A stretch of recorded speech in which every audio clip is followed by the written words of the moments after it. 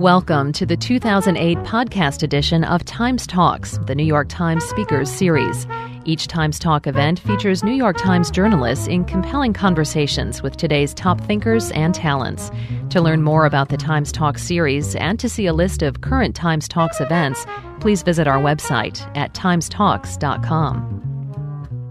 Good afternoon, everyone. I am Elise Myers of the New York Times. Welcome to our third annual Sunday with the magazine, the first in our new home at the Times Center.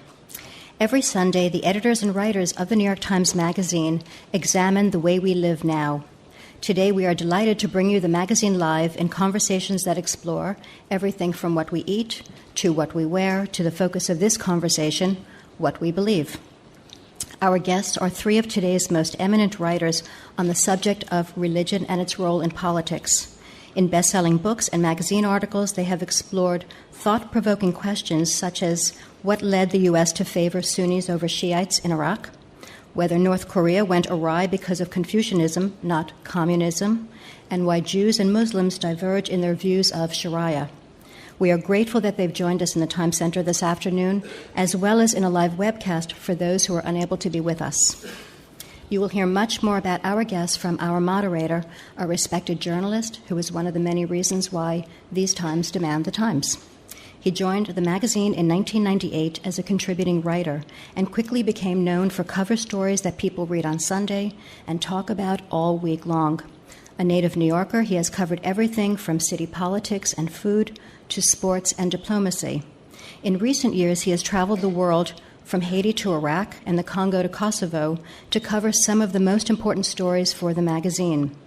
His most recent cover story last month explored the growing interconnection between celebrities and philanthropy.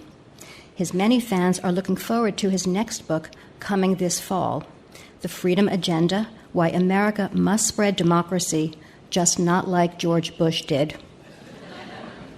Please join me in welcoming our moderator, James Traub, and our special guests, Noah Feldman, Christopher Hitchens, and Mark Lilla.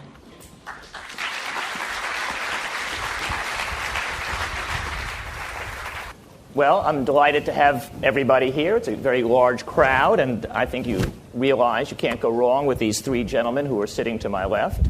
I'm going to essentially play the hockey referee. I'm going to drop the puck and skate out of the way. And I think also we may not necessarily stick to the religion in American politics subject, so I want all of you guys also to feel free to speak as well about broader subjects like religion in the Middle East. But I want to start off, though, by posing the question why there is so much more religion in American political life, why it is so much more immersed in religious language and religious tests than was true, let's say, 30 or 40 years ago. That is that because we're in the middle of some kind of third great wave of religiosity, and this is simply an inevitable consequence of that? Is that because politicians have figured out how to exploit religious feeling in a way that wasn't true before, or is there yet some other reason? So let me just start by asking you that question, Noah, because you've actually written about that, and then the others, please feel free to go ahead and jump in. Well, I think it took at least two of the factors that you mentioned. First, there had to actually be a rise in people's feeling for evangelical religion, evangelical Christianity in the United States. And I think that did happen in the later 60s and in the 1970s. But that wasn't enough for it to enter political discourse, I think. What it took for that to happen was for a coordinated group of people to realize that evangelical Christians could be organized into a relatively effective, though not always consistent, political force. And that means specifically on the right. Yes, and I think that that begins in earnest with the moral majority, which is a great phrase, moral majority. They took Nixon's phrase silent majority and transformed it cleverly into moral majority, and then really sustained itself through the 1980s, peaking in the 90s with the Christian Coalition. And I think that the idea that you could have an effective political organization to this effect also benefited tremendously from a sort of sense of political backlash to things like the Supreme Court's decision in Roe against Wade to make abortion legal, notwithstanding what states might think about it. So I think it took both. And politics is experimental. You experiment to see if you can get people with a certain set of beliefs to jump on board a movement. And if you can, that's a reason to keep on trying, and it becomes self-sustaining as you learn to raise funds and send out direct mailings and be more effective. Christopher, is that your sense I as well? think I would only rephrase what Noah said and put it like this, that it comes from the identification of secularism with liberalism, and particularly with feminism. That's what it's a reaction to, in foreign policy as well as in domestic, and in other matters such as the two that never go away, obviously, are abortion, which allowed also kind of reverse ecumenicism to take place on the right. The Protestants hadn't particularly cared about abortion until they noticed how much the Catholic right wing cared about it. There was a possibility of a coalition building there, and some Jews too. And they like to make nice with Jews, especially the more anti-Semitic ones of them. Well, they think Jews are going to be the kind of carrier pigeon of the apocalypse. As Lenin used to say about social democracy, we should support it as the rope supports the hanging man. So the eschatological extremists, of whom there are quite a lot, the premillennial dispensationalists, the people who like these End of Times novels and the Left Behind series, are extremely pro-Zionist and indeed very much against even the smallest concession on territory, because they need it for the Armageddon, which will, of course, I think it's only 1 in 10 Jews are going to be spared that. But presumably they don't know which ones they are. So that's when that's about the size of it, I think. And then there's the other one, of course, is the attempt to teach creationism in the schools, a defeat they won't admit from all the way back in the 20s. But is the bad thing the rise in religiosity itself, or is it the rise, for example, in eschatological thinking, the way in which this whole question of end times and transcendental things is brought into political life? Mark, I know you wrote about this in your book, The Stillborn God. Yeah.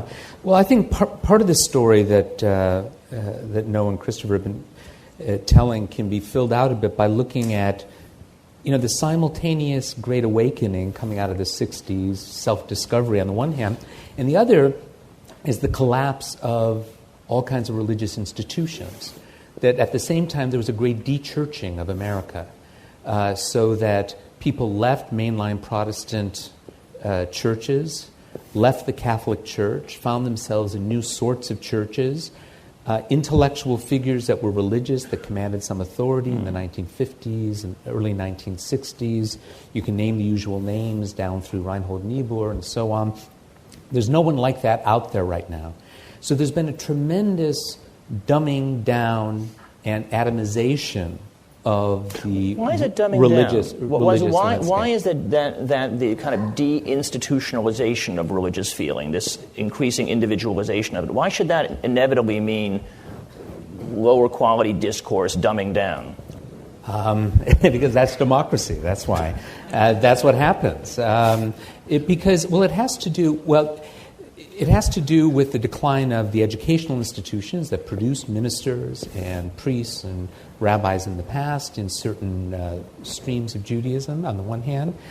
And it also has to do with the spirit out of the 60s, I think, coming that everyone should be able to pretty much express himself. And it's a kind of anti-hierarchical sense, intellectual sense, that infected theological discourse as well.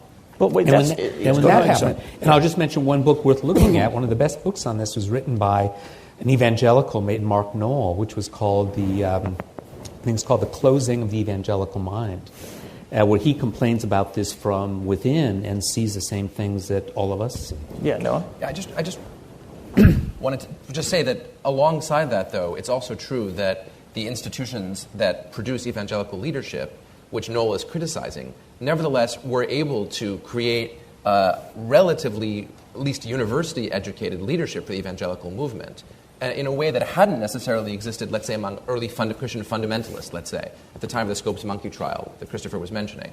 So in fact, relative to where at least fundamentalism, American fundamentalist Christianity, was in the early part of the 20th century, there's actually a substantial improvement. The success of colleges that were small-town Bible colleges and that become Christian universities is a kind of counter-trend. Now, it doesn't mean it's not a dumbing down of the kind Mark is talking about at the very highest level. You don't have the sort of towering theological figures, let's say, in some general way, although Stanley Hauerwas might disagree with that. Yeah, so I'll give another instance that might actually help us to bring it up to the present day too.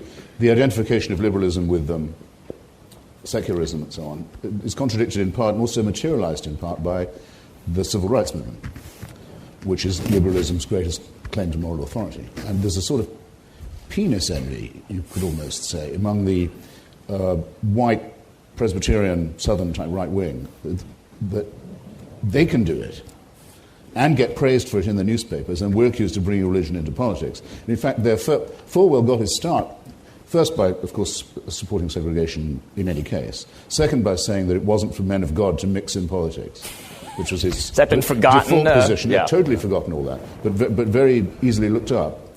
And then saying, actually, guess what? We can do this too. So you're saying in part it was a reaction against the mobilization of conscience on the left. Absolutely. For people on the right to say, well, how you're the ones who are monopolizing this unfairly. Yes. And this had the following very bad consequence, which is that mainstream culture and society and our great profession gives an almost axiomatic free pass to any black politician who can put the word reverend in front of his name. Thus, Jesse Jackson, say. Al Sharpton, various other religious businessmen and frauds and shysters. And now an outright demagogue and paranoid nutcase who's ruined the Obama campaign.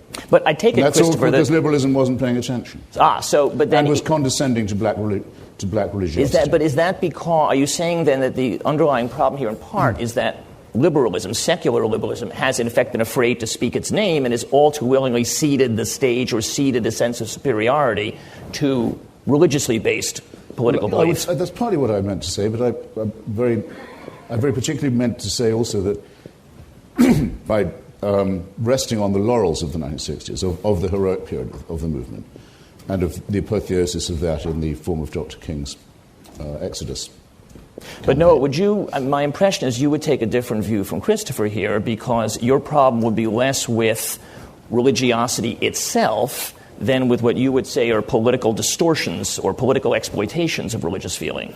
Well, I'm actually skeptical of even talking about them as exploitations, because I think that in all these cases you get a sincere set of religious feelings that are connected to a political view. I mean, I think sincerity is the marker in all of these cases. What I would have said, though, in response to Christopher, is that liberals actually haven't really come to terms, even after the fact, with the role of religion in the civil rights movement. That there is actually profound discomfort among secular liberals about the fact of King's religiousness, and that is depicted, I think, in mainstream, at least secular liberal discourse, as something that can be minimized, as though it were sort of an attractive, epiphenomenal sort of superstructure layered on top of the real thing, which was the impulse to justice, which is described as something that's perfectly available to secular folks. So when you hear people trying to explain why religious discourse in the public sphere is dangerous, and then try to deal with the fact that King's discourse was profoundly religious, they say, well, it was universally accessible. Wait, right? Anyone could agree with it. But it's not obvious why that's so. But if that is so, then how is it that figures like both Obama and Hillary Clinton can increasingly clothe their views in explicitly religious Christian language? There's no fear they're going to alienate secular liberals. So I think what's happened is that the last two presidential campaigns, 2000 and 2004, convinced enough secular liberals that they'd better hold their noses and accept this kind of rhetoric.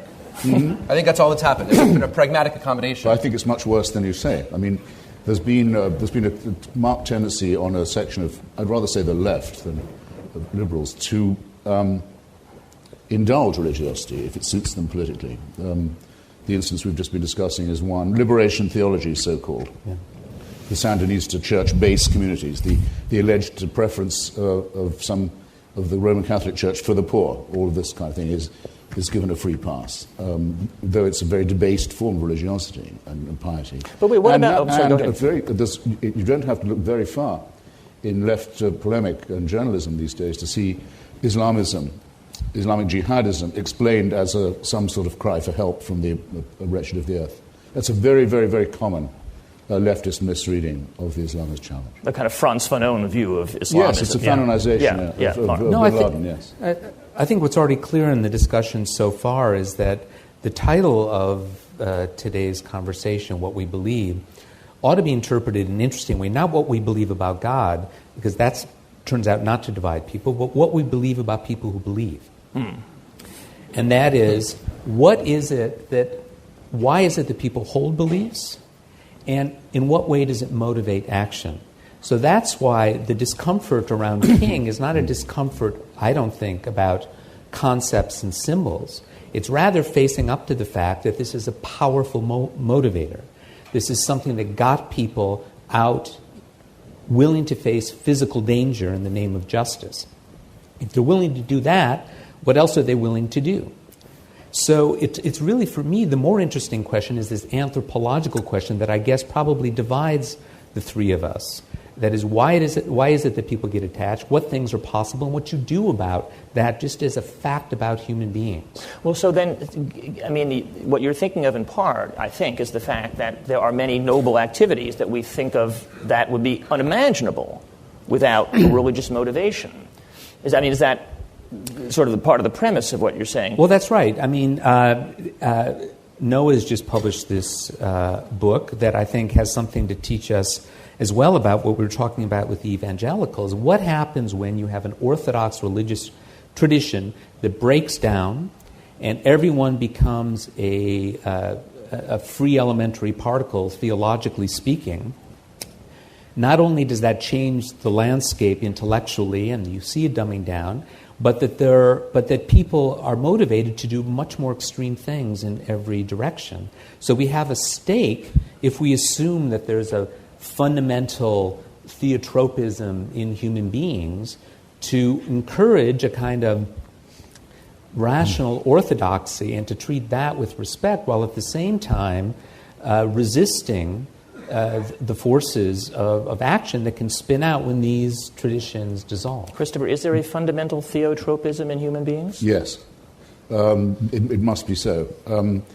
But it must therefore be admitted, or just as equally granted, that we now estimate, there's been some work done on this, in fact, probably not less than 10% of us don't have this, are so made that we cannot believe. It's not that we don't, or we think the arguments against are better. It's just we couldn't. You mean it's hardwired listening to in some someone way? talk about why they're a person of faith is white noise to us. Okay, that's Pascal addresses his pensées to the one who is so made that he cannot believe. He knew that there are such people, but I think that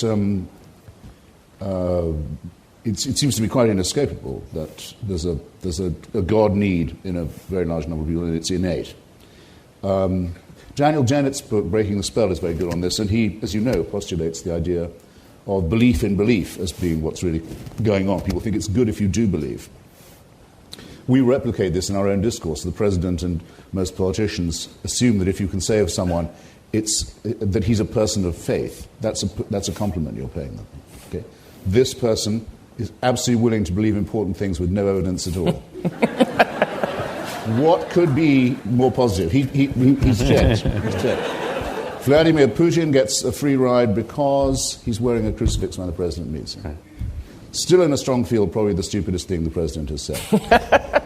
No, is that a prejudicial account of faith on Christopher's part, or would you agree with that? Well, I'm not going to buy into the hardwiring view, only because I just don't think we don't have the sophistication yet, I think, and whether we will is even itself an open question, to make those kind of judgments about complex social beliefs. The relationship between hardwiring and complex social beliefs is still, it's a desideratum for the people who do, cognitive science, but they're nowhere near there yet, no matter what they sometimes tell you.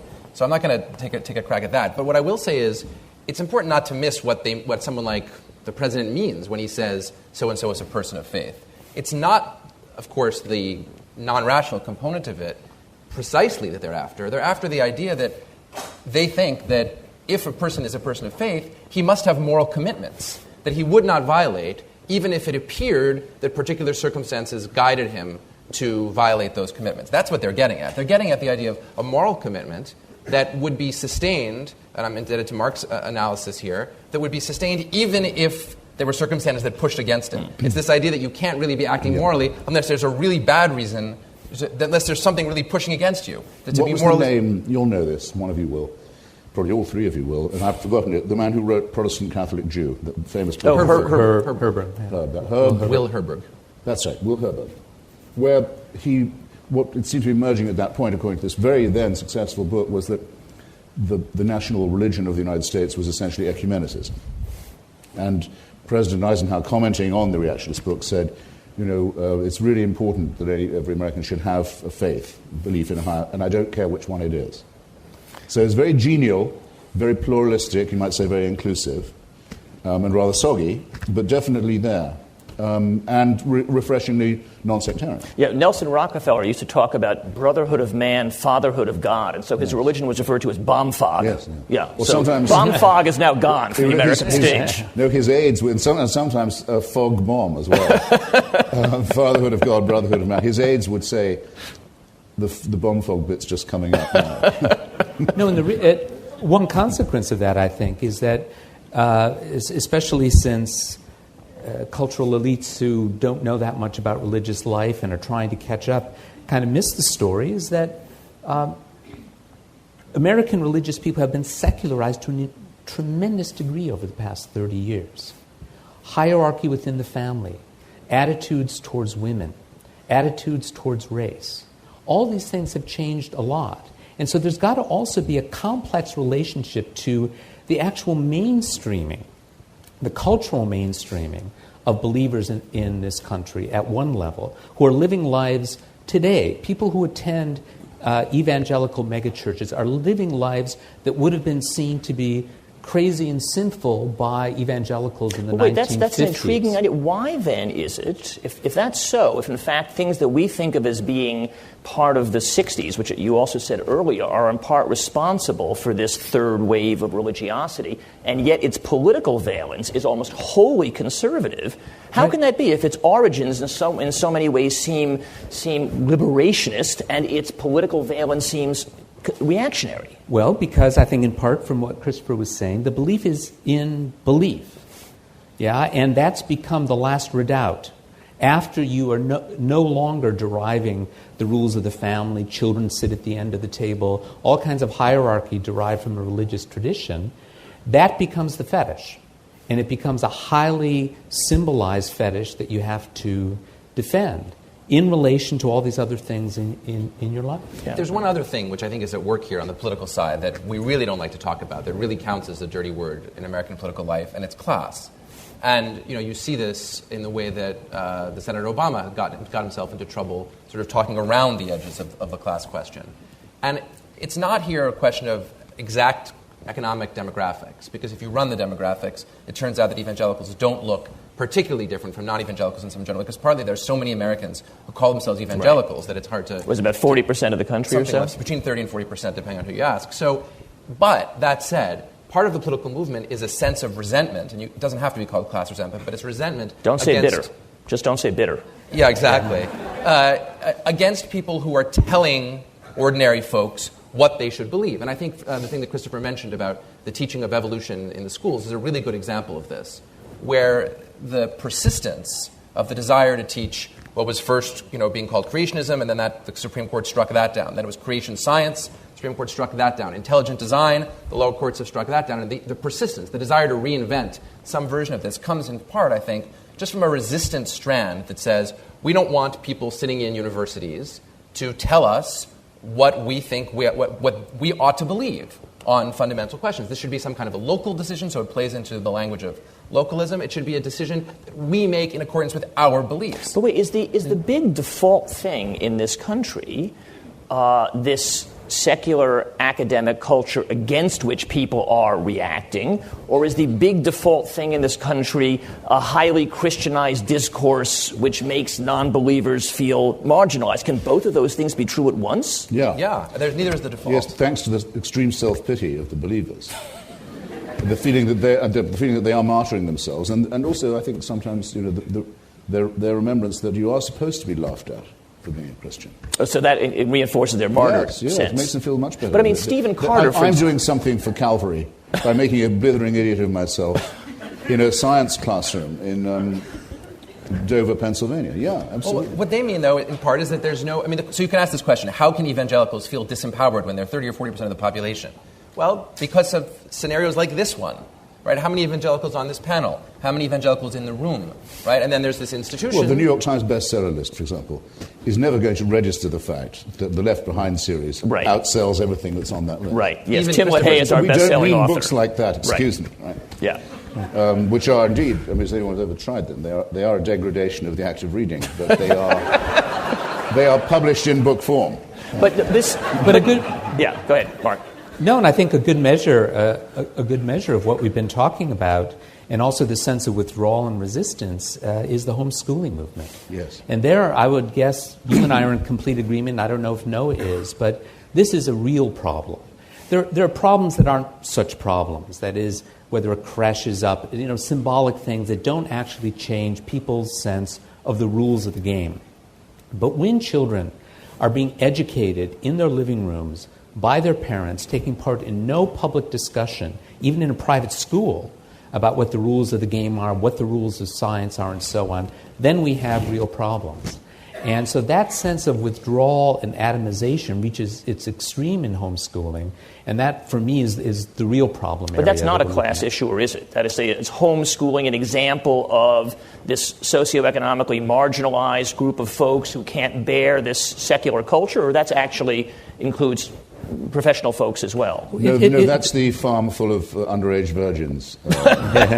Well, it's expensive form to of a homeschool. faith-based community. It's expensive to homeschool. Yeah. To homeschool one. You would say that's a kind of paradigmatic that's faith-based community. It's hard to homeschool, right? Somebody has to, one or both parents have to have the leisure to be at home, right? So in fact, I actually, partly it's because I'm a product of religious education, and I think that it's not clear to me that homeschooling is so much greater deviation from the development of kind of a mainstream discourse than religious education is, for example. I mean, Mark, that formulation sounds to me a little bit like the 19th century criticism of Catholic education. It took people out of the mainstream, and therefore it shouldn't be supported by the state, and so forth. And it was the real problem for educators and throughout the 19th century, for that is to say, for white Protestant educators. So my feeling about that is that, and the other feature you see is that the homeschool movement is a movement. The sources that people are reading are, in fact, not just written by the parents at home. They're purchased online from people whom even Christopher would have to call booksellers, and there's also lots of contact and movement among the people who, the sports teams are just the latest phenomenon that I think the newspaper has reported on. Yeah. Sports teams made up of different homeschooled kids because there is some impulse to socialization. But so, Mark, your problem, it sounds like, which is consistent through several things you've said, is that institutions are not only sort of socially stabilized, and they're actually, in a way, intellectually uplifting, and they create some kind of social bond. So homeschooling, like atomized churches, disintegrates this kind of social glue. Yeah. In fact, something I wrote in the Times magazine a couple years ago, where I mentioned in a phrase, this is a problem. My inbox just for the next month was flooded with things from homeschooling people, and so I read their literature and corresponded with them. And it's true, as you say, that in fact it's all classes are involved in it now, but there seems to be an impulse to depopulate the public school. I was in conversation with a woman in Georgia who wrote to me to say that she's the head of her homeschooling group in her town, and she pulled her kids out because they were feeling religiously pressured in the public school. And so a kind of pact has been reached in this town that since we cannot talk in the same place about all sorts of issues, we will all leave the public school, and we will all do this privately, all getting things online. That can't be good for anybody. So there's a kind of nostalgia maybe for an earlier time when there was more social solidarity because America was a place where institutions held had a more powerful hold on people, including religious institutions. Yeah, because they have a way of bringing people into the norm, teaching them the rules of the game, and preventing people, the few nuts from spinning off in various directions. This is part of Martin Luther's objection to Catholicism in the 16th. I mean, he was coming as an individual. He was wrong speaking then, he's wrong now. Well, so there's the answer. Okay. But notice also that the sort of picture of what the world used to be like in those towns is not a picture of secularism. To do what Mark is talking about, you have to have a soft, unofficial religion. I mean, what they had was a soft, unofficial, established Protestantism in the public schools. And that was one of the tools that was used to stop people from spinning off. And when secularism comes in the 50s and 60s and says, this is wrong, these schools can't have the Bible read, these schools can't have daily prayer, because think of how marginalizing that is to the small numbers of the population who don't subscribe to these views. At that moment, things turn, and the schools start to become a place from which the believer wants to withdraw. There was a very strange thing the other day, though. I don't know how many people here picked up on it, but I had a lot of friends who did. The Southern Baptist Convention, I think it was, announced they were going to boycott Disney. They were just bored and depressed and offended by the sort of showbiz values that were pervading everything and everywhere. And they said, no, boycott this giant corporation that's homogenizing and corrupting. Well, I have had quite a few friends who thought, hey, not bad. Not so bad. Yeah, I mean, nice try. So, but let's talk about that. Just as there are many sort of upscale, liberal, morally fairly relativist parents who, when the Viagra ad comes on at about 6:30 in the evening when the kids are watching, they think, wait a minute, why do I have to put up with this? And how would I be able to register a complaint when it's a giant media and entertainment corporation wants it this way? What chance do I have? But that raises the question with my own children. And I think, well, maybe a bit less moral relativism might be a good thing. Yeah. And I say good on them. Why not? But what about the sort of other piece of what you just said, which is that it is not inevitable that religious motivation be primarily an engine on the right? And in a way, it's ironic, Mark, given what you had said before about its origins. Are there signs, in fact, that we may already have passed through the era in which religiosity is almost automatically a source of reaction, and that now you see religiously people of faith who feel that the environment is also a religious issue, who feel that aid to Africa is a religious issue, and maybe to some extent we're already talking about a social anachronism? Yeah, well, certainly there are signs of that, and one hears reports about it. I've had a little contact with some of those people. When my book came out, I did a lot of interviews on NPR, and they were only interested in one question, which was, isn't it the case that there's no essential difference between Osama bin Laden and George Bush?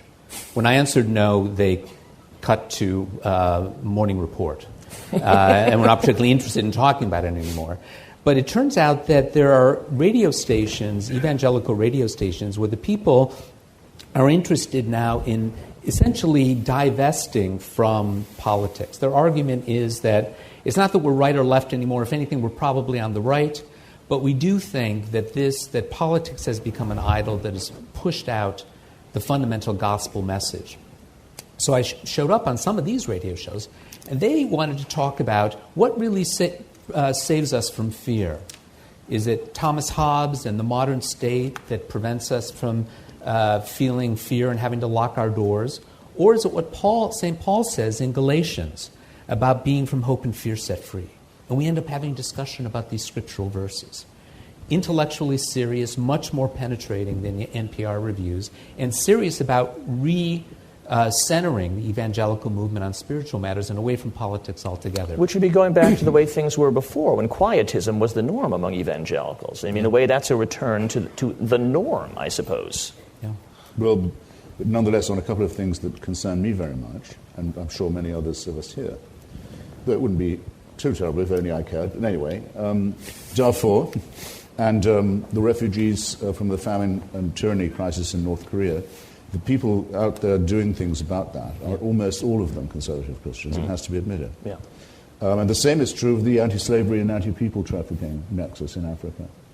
It has to be allowed to stand to their credit. Shouldn't we even say, for President Bush, that it is not a coincidence that he has done more in terms of humanitarian and developmental issues in Africa than any of his predecessors, and he himself would ascribe that to Christian compassion? Well, except for, Bob Geldof, as I slightly know, says that in so many words. He's by far the best American president. And so would Bono. Bono would agree. But, and who can possibly... disagree with Bono. Yeah, Geldof. End of discussion, right. It would take someone with great... But I would very humbly register a tiny dissent. I think the attempt to decouple aid from any enterprise that involves teaching about contraception is a great disservice. When it's not as bad as the Vatican policy that says, well, AIDS is bad, but not as bad as contraception. But it's getting along that way. And that's a great disfigurement, I think, of what's otherwise been a very positive presidency. Though you can say other things, malaria, for example, where he's been very deeply involved, that doesn't figure. I just wanted to say in response to your point, though, about quietism, I'm not sure that quietism is the default position for evangelical Christianity. I mean, the evangelical Christian movement is also central to the abolition of the slave trade in Great Britain. It played a role as well, a non-trivial role in the temperance movement in the United States. And more broadly in the progressive movement. In the progressive movement, and therefore, I just want to make the point that it's up and down. There are times when evangelical Christianity is a major political force and times when it fades, and I suspect that sort of fluctuation is not going to change substantially. And that brings us back actually to what we were talking about earlier, this question of religious anthropology. One of the things that has to be said, and Christopher has just admitted, is that religious faith is one thing that puts boots on the ground. That if you need someone to go to North Korea, they're going to do it. If it means getting medicine to people in Africa, they're actually going to do it. It's not just that they hold the right views, but it motivates people to do things.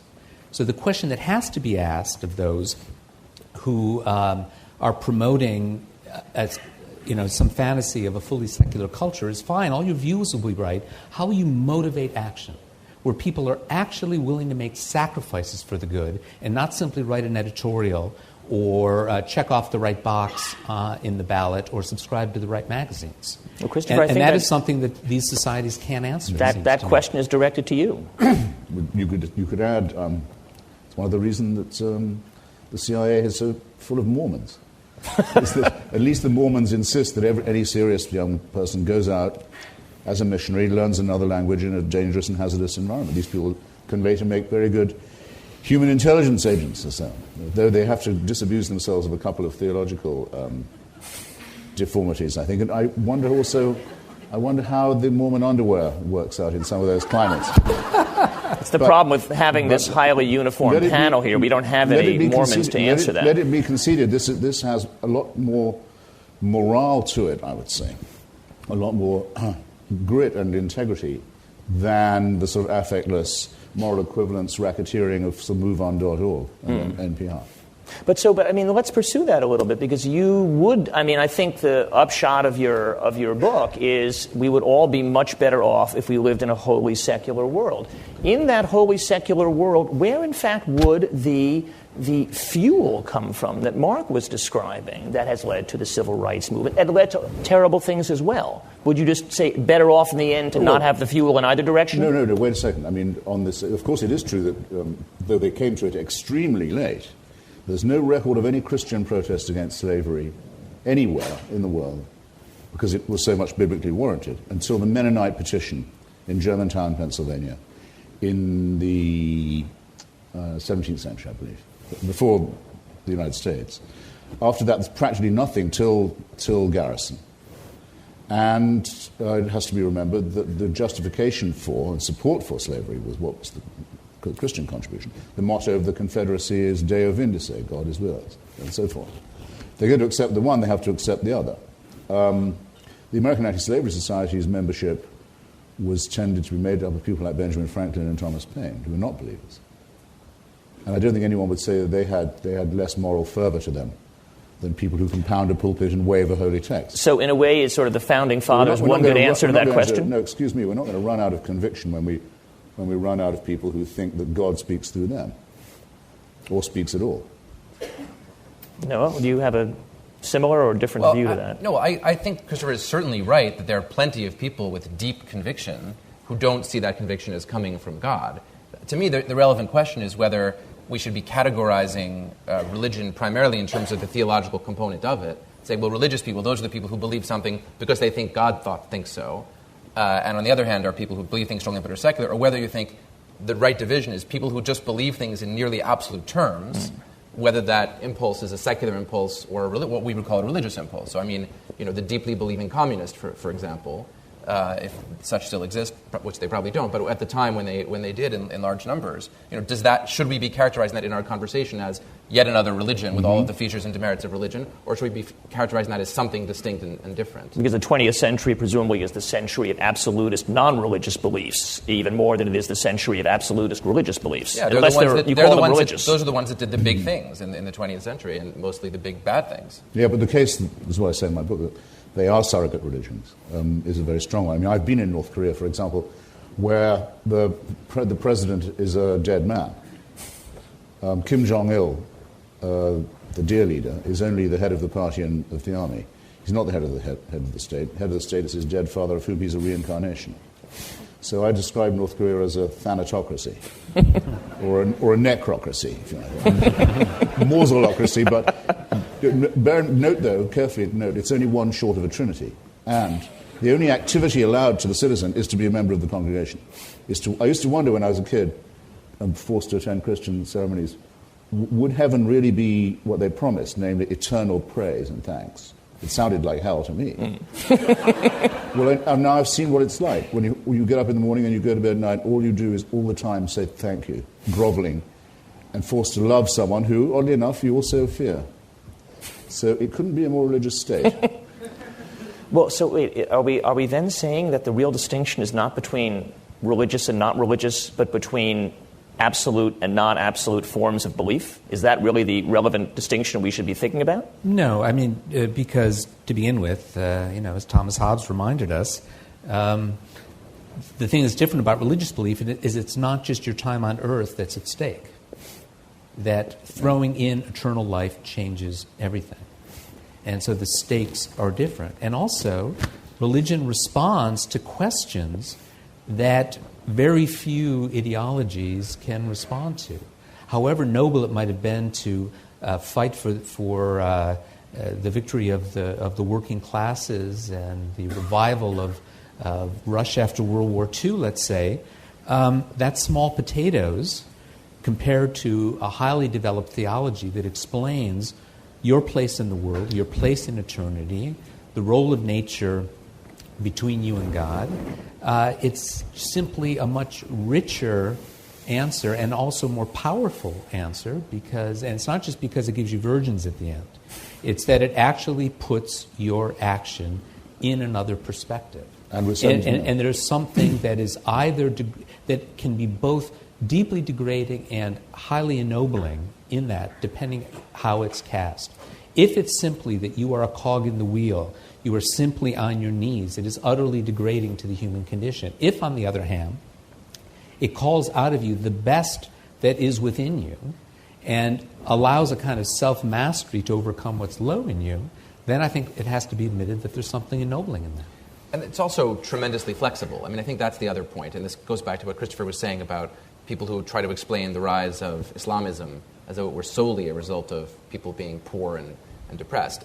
The point is that the Islamist movement is capacious enough to include both sincere religious belief and a political component, so that it appeals to, the children of the rich in Egypt. Ayman al-Zawahiri is from a well-established family, or Osama bin Laden's from a super rich family, and also to the poorest people. And it offers them a religious worldview and a political worldview and a cause for action.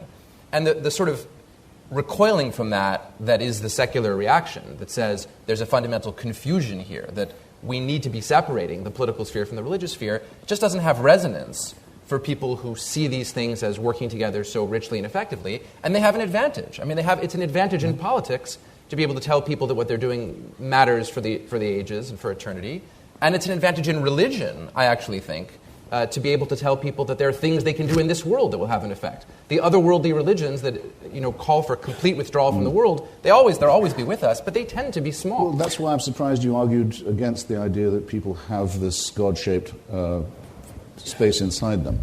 It does seem to me quite clear that for most people, it's not satisfying to say that you would do a right action because there's a trade-off in humans that is evolutionarily self-selecting, helps us to evolve, that we respect people who are willing to sacrifice for the tribe and make reciprocal gestures of goodness. You want to be able to say, no, you do it for something more transcendent than that. You don't want just a utilitarian calculus. And that's, I think, incredibly important. I think it's distantly related to something that intrigues me very much, which is the extreme appeal of religion to women. In almost all countries and cultures, that women are more religious than men. And I have a feeling that that's a... What is your theory about that? I haven't got a theory about it. Well, I do have a theory that I think women are more superstitious than men because of the possibility of losing a child. So that's the need to propitiate. Yeah. That's the need to propitiate because they know, fickle gods. Such a small thing can lead to such a terrible disaster, and maybe any propitiation that might ward that off is worth trying.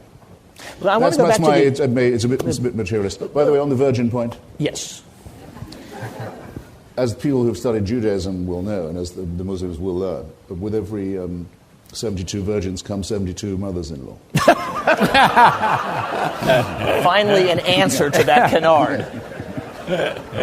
So, but let's spend the next few minutes talking a little bit about Islam, because the way Mark was characterizing the difference between religion that actually can serve a kind of valuable public and social purpose, that is, religion that enables individuals, and ones that are ruinous, those that in effect compel obeisance and the diminution of the self.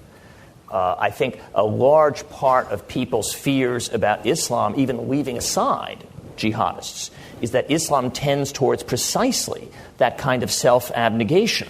And therefore, as it becomes politically enabled, what it enables is various forms of authoritarianism. Is that a stereotyped or prejudicial or narrow-minded view of Islam itself?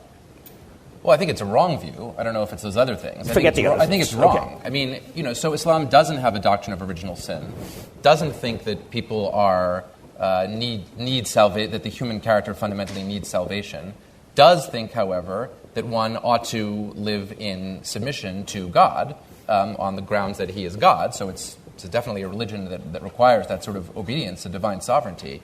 But in those respects, I think it's not so fundamentally different from Judaism and Christianity, with which it's obviously intimately related. And, the Western fear from which it is plagiarized, you mean?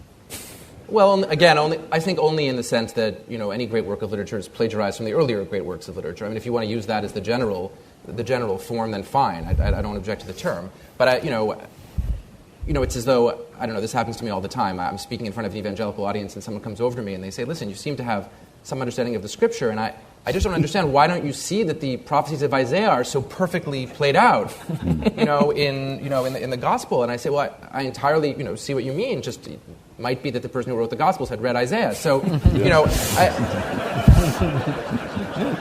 And similarly, in the Muslim world, I'm regularly asked a version of the same question. You seem to have, read these books, and how can you not have ipso facto just become a Muslim? One of the important Muslim teachings is that the divinity of the Quran is manifest just through its beauty. And to that, there is no good answer. It turns out the only thing you can politely say in the Muslim world, and everyone will let it go at this, is you can say, it would make my parents very sad if I became a Muslim. If you say that, everyone understands that filial piety comes ahead of anything else, and that ends the conversation. You don't say the thing about the virgins and the mothers-in-law, do you?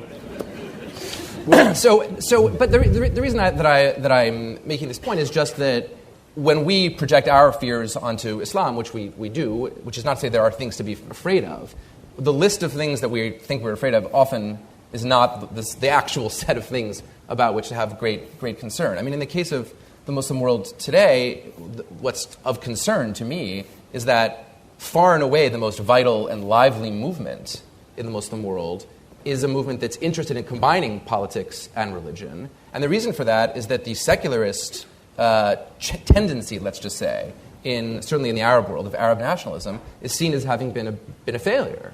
Not that it was exclusively secularist, but it had a kind of secularizing move. Arab nationalism was supposed to replace the Islamic ummah or community. And when that failed, people said, oh, well, let's go back to the other thing. So what's worrisome is that we in the West have been on the side of the same dictators who have failed, and secularism is now tarred with the brush of autocracy. And that's an extraordinary tragedy. Should we in the West be more overtly supportive of movements like the Muslim Brotherhood in Egypt? Well, I don't know about overtly supportive, because we're going to end up disagreeing on many, many substantive issues with the Muslim Brotherhood. The question is, should we be actively supporting governments that suppress the Muslim Brotherhood, like, say, the government of Egypt? And on that view, it seems to me that it can't possibly be the right strategy in the long run from a self-interested perspective. And from a moral perspective, it also seems wrong to me, because you're not going to convince... I mean, you're not going to do good by putting people in prison and torturing them and expecting them to no longer be Muslim brothers. The Egyptian government has done that in one form or another for a century, and it's been a total failure. So where would either of you guys draw this line, in effect, between forms of Islam that we think can actually be socially valuable in the end and forms which are destructive? Well, I think the important thing to say that may either unite or divide us is that it's very important to distinguish Plan A from Plan B. Plan A, wouldn't it be wonderful if we woke up tomorrow and we discovered liberal democratic institutions, separation between public and private, privatization of religious belief in the Muslim world? One can accept that principle and say, it ain't going to happen. It simply is not going to happen. What is your Plan B? And I'm surprised by how many people I talk to in debate have no Plan B. First, I need to convince them I'm with them on plan A. What do you do? They're there and they're staying. Not only there, they're here, if you're talking in Europe. So you have a very, very serious problem that has to be addressed in the terms in which it presents itself. And that's why I think we have, in fact, a large stake in thinking about these questions and in encouraging. A lot of this is not going to depend on us, but we at least have to have our heads straight about it. This is why the debate over Tariq Ramadan coming to the United States set off a very interesting little Roman candle, from my point of view, because it revealed the difference between those who want to think about Plan B and those who don't.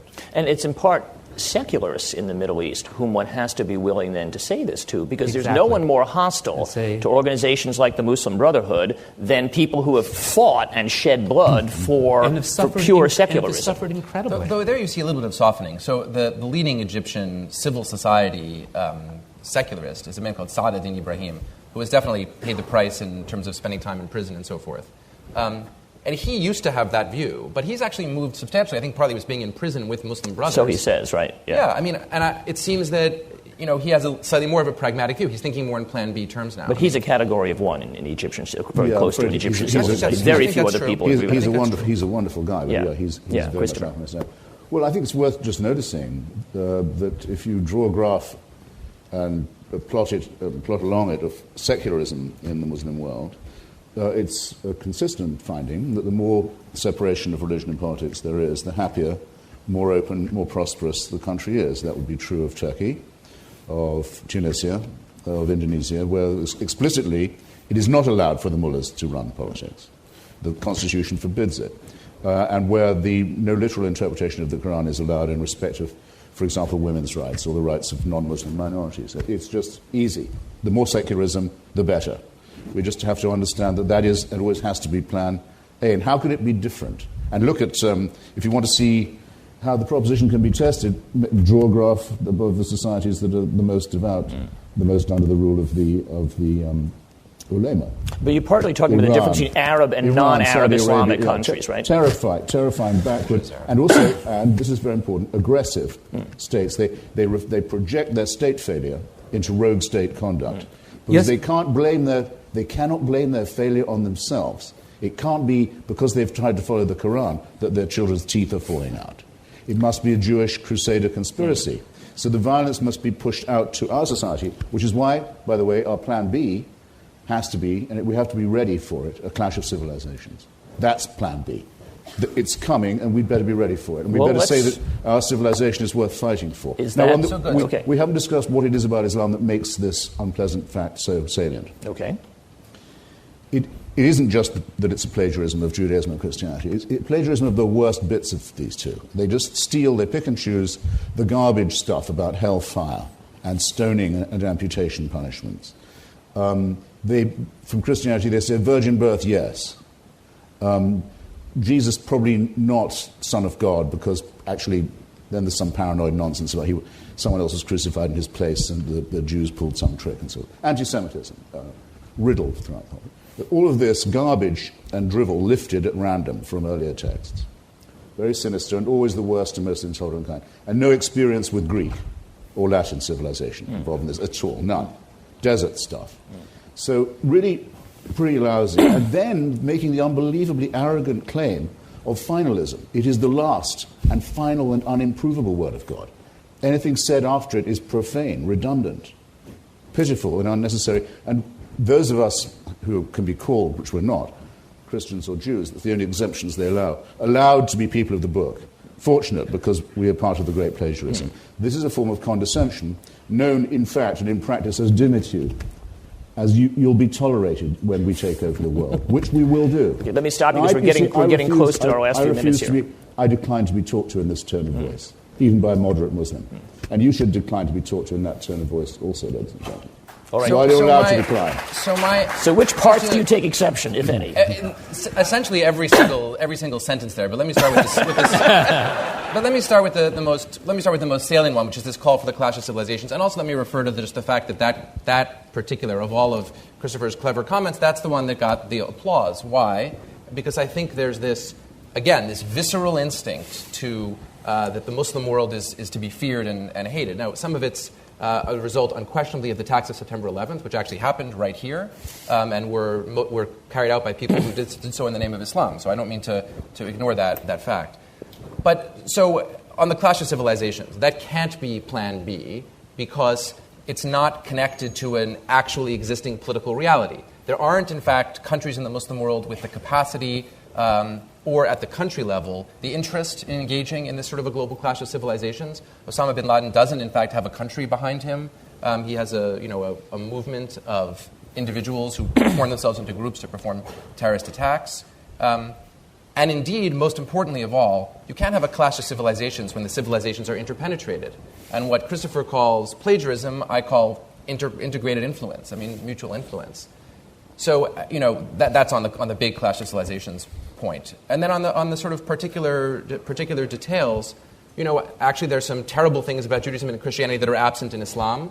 They didn't pick up every bad thing. And there are some very good things about Christianity and Judaism that can be found in Islam. And then Islam has some other things. And then Islam has some other things that are very good that are not products of Judaism and Christianity. Let me ask you, Mark, would you say there are enough, in effect, docking points between Islam and the West that the idea of a clash of civilizations actually is a kind of unnecessarily apocalyptic thing to fear?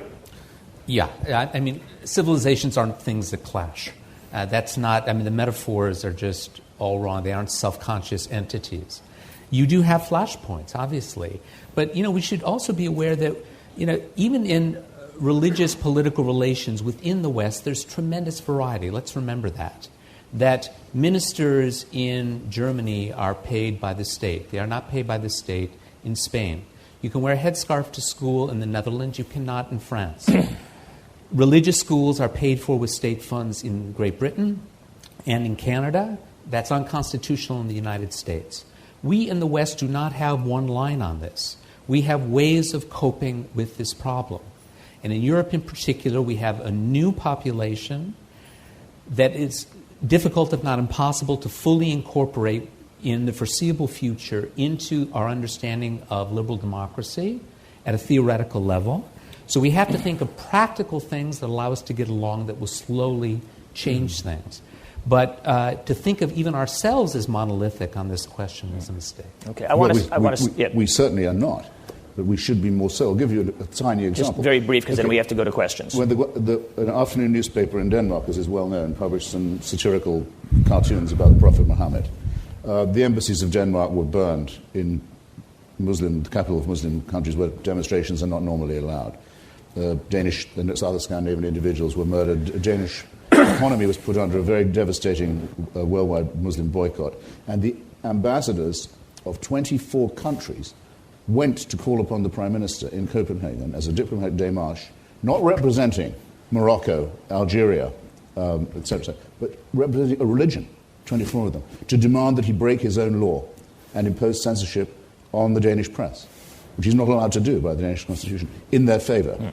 And no other country stood by Denmark. Our own didn't. The State Department condemned the cartoons. So don't worry, we're not unanimous. But don't worry, increasingly they are. And there's only one real division in my mind. It's between the people who realize this and are getting ready for this confrontation, and those who are pretending it's not happening. Well, then we're going to stop at that. And the premillennial dispensationalists are somebody else, Christopher? I mean, these premillennial dispensationalists whom you were, making fun of earlier, I mean, their view sounds extremely similar to yours. There are two kinds of people, those who are getting ready for the end of days and those who aren't. Have it your way. I don't think that's very clever.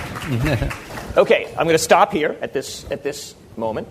So we're going to have about 15 minutes for questions. First, I'm going to read a few questions that have come in from the web, and then we'll have at least 10 minutes or so for those of you in the audience who have questions. There are microphones on either side, so those of you who do have questions, please line up. And I'm sorry, I'm sure we won't be able to take all of them, but we'll do our best.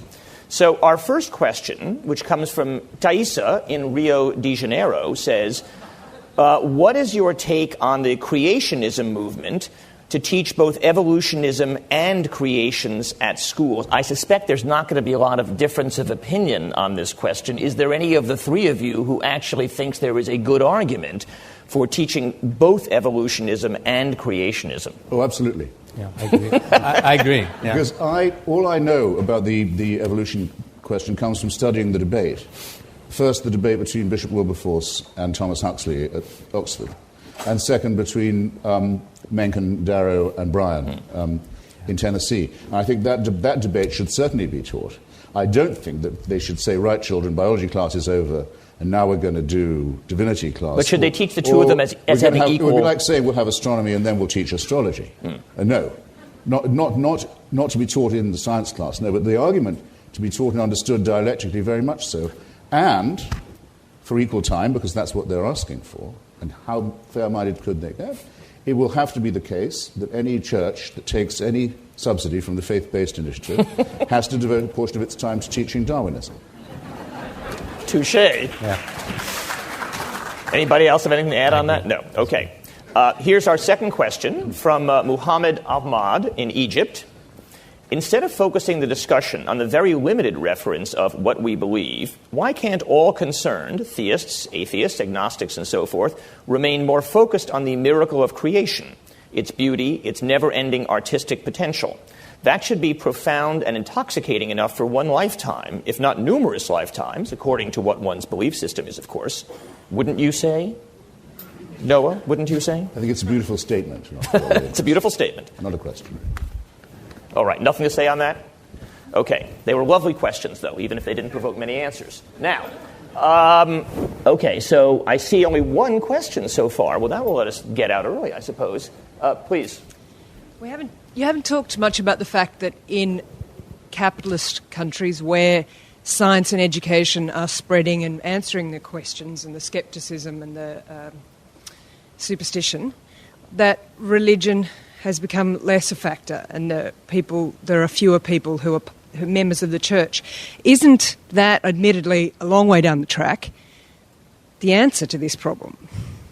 No, because the question is, aren't the advances of science, by getting God out of the sciences as an explanation, that eventually down the road, can't we expect to live in a world without religion? Is that fair enough?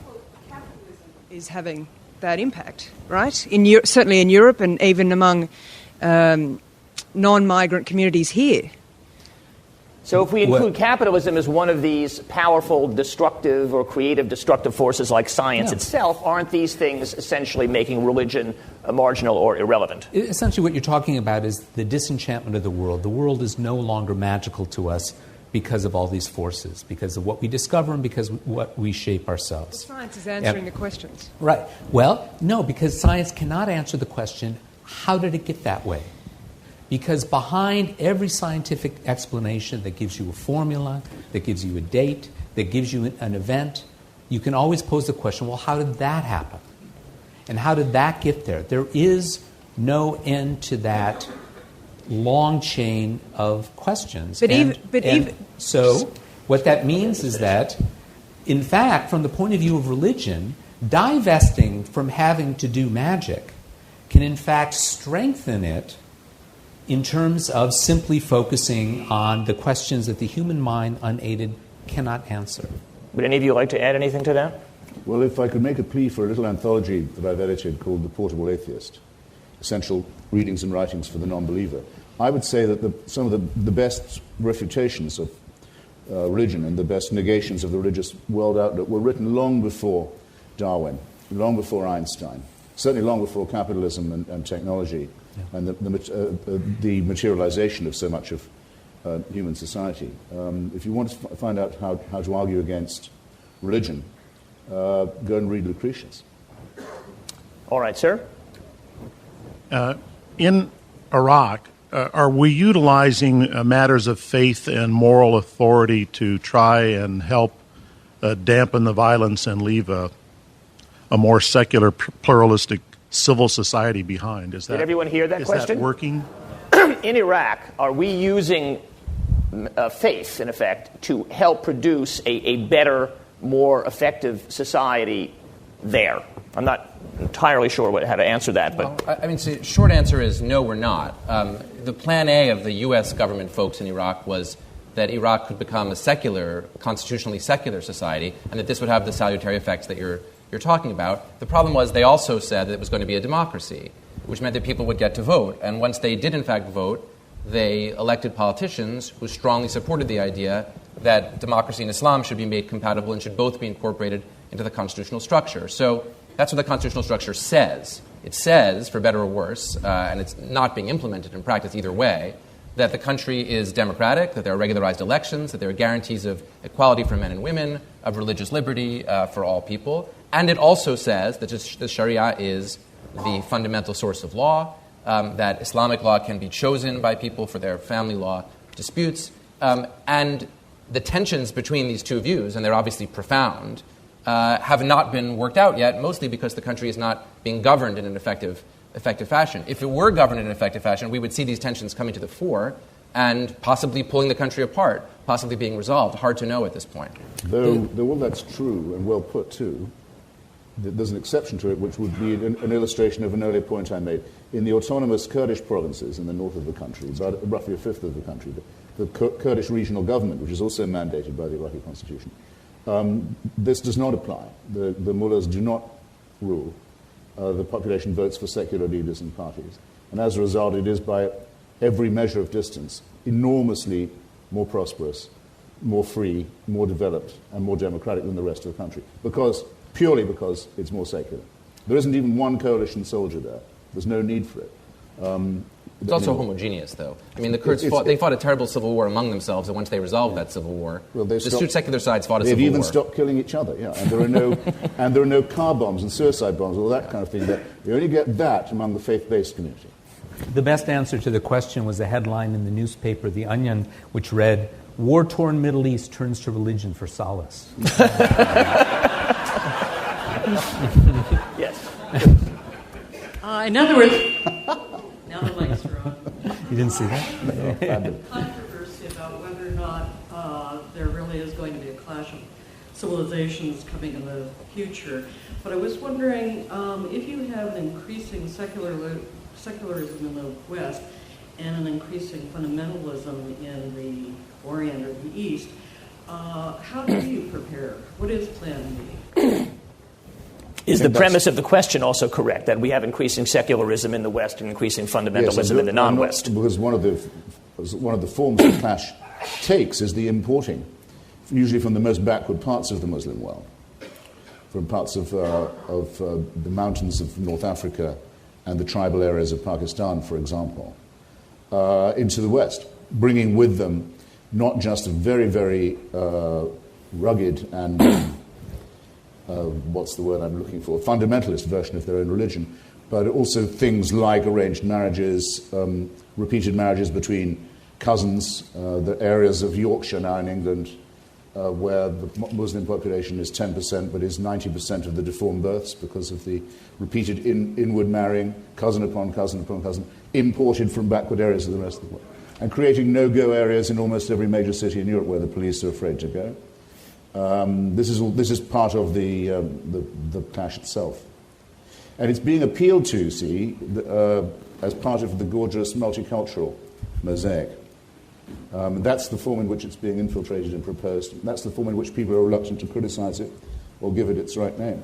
Well, do you want to say something there? Okay, wait. That's the form in which the Archbishop of Canterbury proposes a capitulation to it and the imposition of Sharia law on England without a fight. Well, there will be a fight. Okay? No. I don't think that fundamentalism is on the wane in the West. We're a secular, in the United States at least. Europe is a different story. We're a we're a capitalist society. There's no question about that. And yet religion is of significance and rising significance, I think, still in our politics. So I would disagree on that front. Let him just finish because we have other questions. It was a premise to her question. Yeah. And then with respect to the question of how Europe will cope with these things that Christopher was referring to, I don't know. I'm made extremely nervous by a European discourse about different people who are immigrating, who are somehow genetically inferior. This is and when people are reticent about this discourse, well, the discourse that there are greater. I have not seen any statistics with respect to this. It's the first time I'm hearing about this claim about deformed births in Yorkshire, I'd be interested to hear about it. But it's not. It's very far from being outlying. That statement is very far from being outlying in the contemporary center-right discourse of Europe about the Muslim immigrants. The no-go zones in the cities, as though that were in the middle of not the responsibility of the state authorities to enforce the law. But would you say, in fact, it's a less perilous world than Christopher is making it out to be? There are many dangers in our world, but what I would disagree with is Europe, this end in terms of Europe. Yes, I don't think that Europe is about to enter into a clash of civilizations, even inwardly. I do not. Okay, next question, sir. Yeah, build on that a little bit as well. Why isn't the plan B improving both the quantity and the quality of the discourse? Well, we've been doing that short Yeah, it's been an hour. You've just heard. You must have been, even your question has become more refined than it would have been half an hour ago. Well, certainly 400 people have gone away edified, but isn't that a fair question? That is to say, should one despair of the possibility of actually having a discourse with folks with whom disagreements are so fundamental that you would say talk is going to be futile? I'm not even sure discourse, between sides is the thing. We simply have to understand more about the phenomenon and look it straight in the face. I have to say that on this question of what contemporary Europe is like, I side a little more with Christopher than with Noah here. That although I'm for a plan B that tries to encourage things within the Muslim world that will moderate it, I think at the same time, in fact, part of the motivation is looking at the real gaps and conflicts that are there in Europe now. That does have to be faced, but it has to be faced not through a gesture and not through a rhetorical gesture that makes us feel that yet again we have a bunker to go into and yet again we have a fight to fight, but that we actually understand the sociology of the situation, where the flashpoints are, exactly what people believe, and how malleable they are. Okay. Next question. Mr. Hitchens, is there any way in which this connotation can express itself besides a military one? Or is that how it can look only? Oh, look, I had a friend, last now dead, Professor Israel Shahat was his name. He was a professor of chemistry at Hebrew University in Jerusalem and chairman of the Israeli League for Human and Civil Rights. And he thought the main problem in Israel was the main fault line was the struggle between the secular and the Haredim, the Orthodox. And that this was also the key to it was that would be the key to the solution with the Palestinians also. And I used to ring him up when I didn't go visit him. I'd ring him and say, and how are things going with this struggle? And he would say, well, there are some encouraging signs of polarization. And I remember thinking how very nice that was. Because in a culture like ours, it's saturated with the idea that if you're a unifier, whatever garbage you're talking is okay. And if you want to say something critical or awkward, you can be accused of being divisive, which must be, by definition, horrible. But someone would say, no, excuse me, the only progress that's made, this is an answer to the previous gentleman's question as well, in any argument or any discussion is by confrontation. That's a dialectical fact. People say, oh, let's have less heat and more light, fatuously. There is only one source of light, happens to be heat. Now there is an yes. So I'm not much use to you in a military confrontation, though I'd be willing to bear arms on this. That's not what it's going to hinge on. I want people to make as sharp as possible a distinction between themselves and creeping soft theocratization of their society, and the ones who make excuses for it. I want this to become a much tougher, harder argument. Okay, let's have one to do my bit in that way. One last question. I have a question about the internet and technology and the sort of flattening of the world. I mean, do you think that our ability to understand each other, to have an awareness, more cross-cultural awareness, religious awareness cross-culturally, is ultimately going to lead to more understanding or to more divisiveness? Is that a question which any of you Well, the premise of the question on? seems to be that changes in technology are helping us to confront each other and understand each other, and I reject the premise. Rather, it gives us a superficial sense of understanding something if we can click on a mouse and see a website, and I think lessens the sense of the real cultural and intellectual divides between cultures or nations that are based on a political theology and those that are not. So on the contrary, I worry that we know less because of all this. All right, I guess we have time for one more, in fact. Or as T.S. Eliot says, it's in Choruses from the Rock. Where is the knowledge we've lost in information? Thanks. Can you talk a bit more about how religion and the discussion of religion can be used as a mask for more social problems, such as immigration in France and poverty in Turkey and the military coups that have been going on there for the latter half of the 20th century, and how maybe talking about religion is not always the solution to the problem, but rather a way to avoid talking about the... Well, I think I agree with that in part. I mean, take the riots in France a couple of summers ago. Many efforts were made, especially outside of France, by people to say, you see, this is young Muslim men rioting, here comes the clash. But in fact, what was notable about it is that for all of the rioting, the discontent, the bad behavior, and the state's slow reaction to it, there was no successful consolidation of anything Islamic about it. The fundamentalists had no impact on the rioters. It turned out to be a rather familiar form of disenfranchised poor people, angry and rioting to no great end, as these things tend to be. And I think that's an example that shows you in part that to say, there are Muslims in France who are angry, or that there's crime associated with Muslim areas has got in some ways little to do with the particular religious beliefs or the content of the religious beliefs of the people who are angry. That's just one example of that phenomenon I think you're talking about. Au contraire. In an almost apotropaic way, these were invariably written up, especially in the New York Times, as protests by disillusioned and demoralized youth. Right? The suggestion being maybe there aren't enough sports clubs in their neighborhood and all this kind of thing. Well, I have two questions. I think it's more about the jobs. Yeah, and maybe unemployment too. So naturally, if you're unemployed, why not go and set fire to a lot of cars? That'll get you a job. No, if it's youth, I have two questions for you. Why were there no girls? Exclusively young men taking part in this youth protest. Second, do you know anyone who tried to go cover those demonstrations wearing a beanie? Wearing a yarmulke. If you thought it was religion neutral, put on your yarmulke and go with your notebook and try and film them. Just try that. Ask any French Jew what they would feel taking a day trip to one of those banlieues. Yeah. Go on, ask them. Yeah.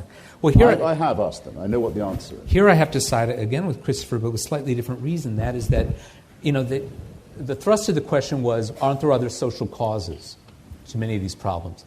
But it may be the case that once people turn to religion in the face of these problems, that religion itself becomes a problem as well. And it is not the case that if somehow tomorrow everyone was to be delivered a car, a Peugeot in the banlieue, and a job, that somehow that appeal would stop. This thing takes on a force of its own. Yes. And all the more reason to be worried about it and treat it subtly when it happens. Islamism, jihadism, is not the product of poverty and unemployment. It is the cause of it. It aims to cause it. The national income of Indonesia was brought down by a full point by 2 or 3 bombs in the full employment economy of Bali. All right, we have to stop. We have to stop. That was by design. Okay. We have to stop at that point. Thank you so much. Very illuminating guests.